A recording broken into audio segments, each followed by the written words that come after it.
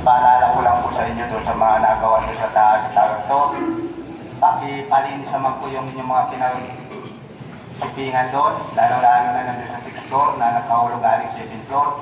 Walang ibang gagawa nun, kundi pag hindi taga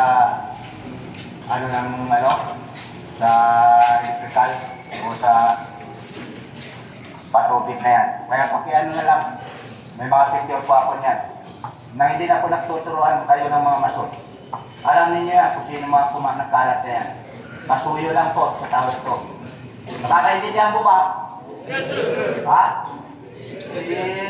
Kyrie, nasagot lang ni sir, hindi naman nagkatawag. Okay naman masyado ganito. Ha? Sa lahat po.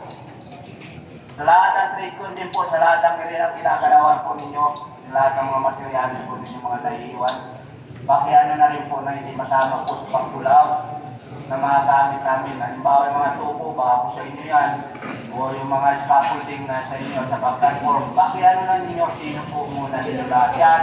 Nagpumulaw kami ng mga sira namin mga gamit. Paalala lang po. At sana naman, naiintindihan ninyo yan. Ngayong umaga na ito sa lahat ng trade con.